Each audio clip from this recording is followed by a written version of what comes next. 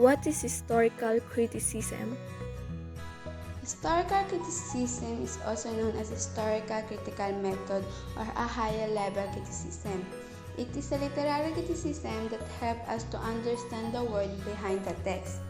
It has many goals, but the primary goal is to determine the text primitive or the original meaning of its original historical context.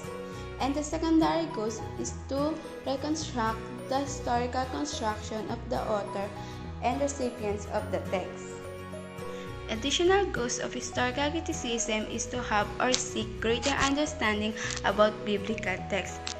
Also, to answer the question about the text such as who wrote it, when was written, what happening at that time, how did it come to be in the form we have it today, what did it mean to the people. Also, the ever-elusive question or what we call as author intent. The what did the author intended for this text to mean it in this time of place. Two types of historical criticism: external criticism and internal criticism. External criticism. This type of criticism looks for the obvious sign of forgery or misrepresentation. This type of criticism tests the authenticity of the sources. It is interested in the writing styles of the eyewitness and his ignorance of the facts. The historian also analyzes the original manuscript, its integrity, localization, and the date it was written. To ascertain if a particular data is fabricated, forged, fake, corrupted, or a hoax, that source must undergo the test of authenticity. In this type of historical criticism, we will determine if the source document are authentic or if it is just based on the false information. There were 5 steps to test the reliability or being authentic of the sources. First, to determine the date of document to see whether it is anachronistic. So what is anachronistic? Anachronistic means out of time or out of order, something that could not have been there at the particular time. It could be a person, thing, or idea placed in a wrong time. Being able to spot anachronism is important because it helps us to test the reliability of a source. If a source is unreliable, then we probably should not use it. If the particular date of the historical event are out of time or hindi ka panipaniwalang nangyari during that time, so it is an anachronistic or it is unreliable sources. If that situation will happen, we probably should not allow to use the certain source document.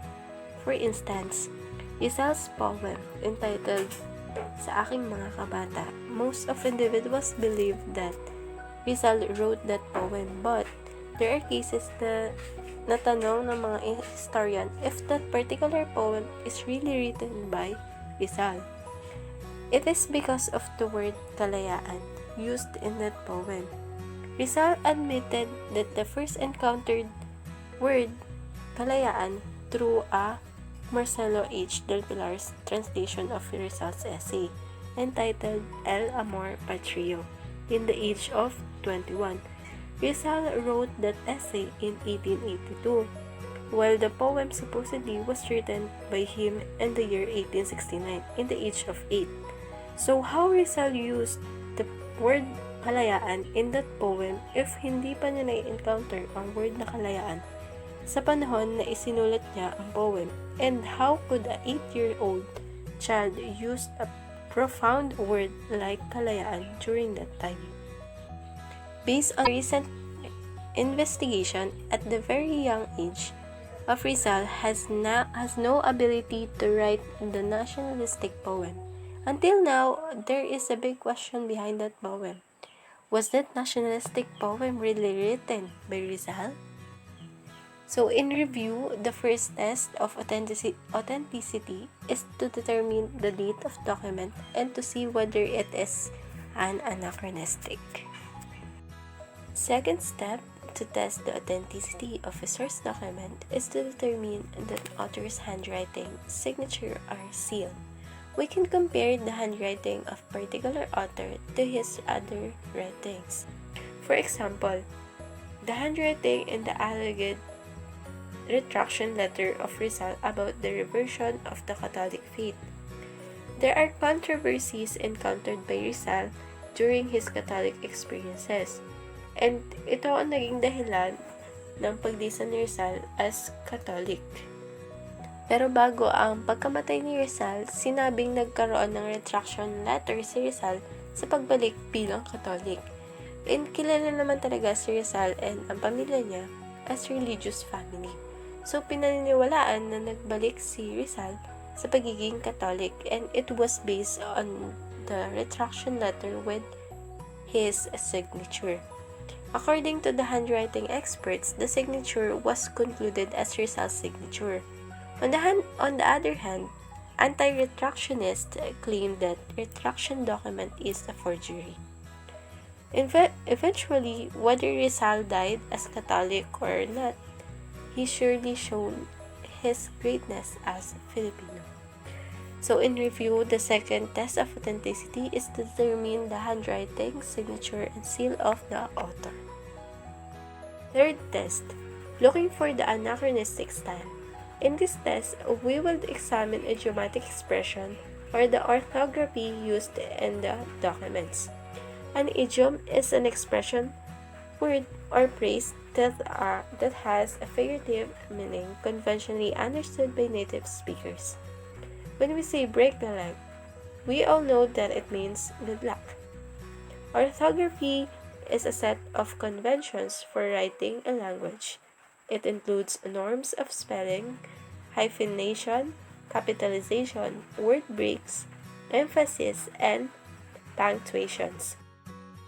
Similar to the poem entitled Sa Aking Mga Kabata, which was allegedly written in 1869, and most of the Philippine language was widely written in a variety of ways based on Spanish orthography. So in that time, kalimitan na ginagamit ay Spanish orthography. Fourth test of authenticity, identification of the anachronistic reference to events. Kinakailangan na malaman ang anachronistic references of the certain source document if it is appropriate to the particular time. If the event cited the document is prior to the actual event, then the document must be forged or fake. Fifth test, to determine provenance or custody of the document. Provenance is the place of origin of earliest known history of documents. It traces the roots of any source. In this test of authenticity, we will determine the origin of the certain document, or we will identify the roots or other information of the source document.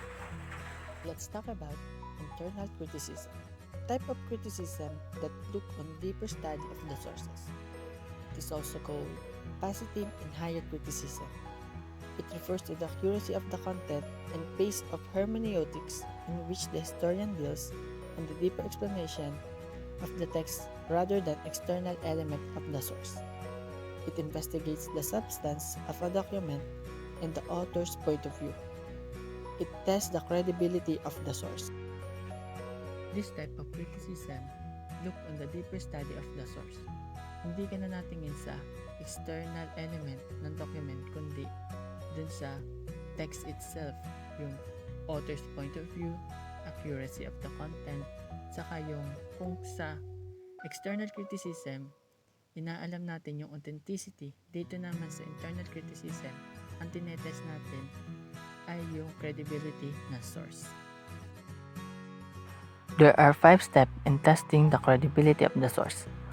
First step, identification of the author. Sa part na to, inaalam natin ang pagkakakilanlan ng author o gumawa ng document. Kumbaga, dinidetermine natin if yung witness na yon ay reliable o yung mga gawa ba niya ay consistent sa isa't isa. Pinagkukumpara natin yung document na kinikriticize natin sa mga works na ginawa pa niya. Inaalam din natin ang mental capacity ng eyewitness na yon if siya ba ay reliable or yung Mentally challenged ba siya sa pagsasabi ng katotohanan sa event na yon? Second step, determine the approximate date. Kinakailangan din nating malaman ang date ng source kung siya ba ay appropriate sa event or hindi. Isa din tong paraan sa pag-test ng credibility ng source dahil paglapit ng date sa event, paglaki ng chance ng legitimacy ng document. Third step, ability to tell the truth. Sinusuri natin ang kakayahan ng author sa pagsasabi ng katotohanan or katayuan ng author sa event. If the eyewitness is near in the event dahil paglapit ng pagiging witness niya, pagiging credible ng document na ginawa niya. Fourth step, willingness of the eyewitness to tell the truth. Kagustuhan or kalagayan ng eyewitness to tell the truth. If yun ba ay sadyang nangyari na event or may nanakot or nag-impluwensya sa kanya upang baguhin ng isang event sa history. Fifth step, look for corroboration. We look on the other source that related to the event. Sa part na ito, hindi naman pwedeng mag-relay lang tayo sa isang source na yung kini-criticize natin. Kaya naman maghahanap tayo ng iba pang document na related sa event to give comparison on them.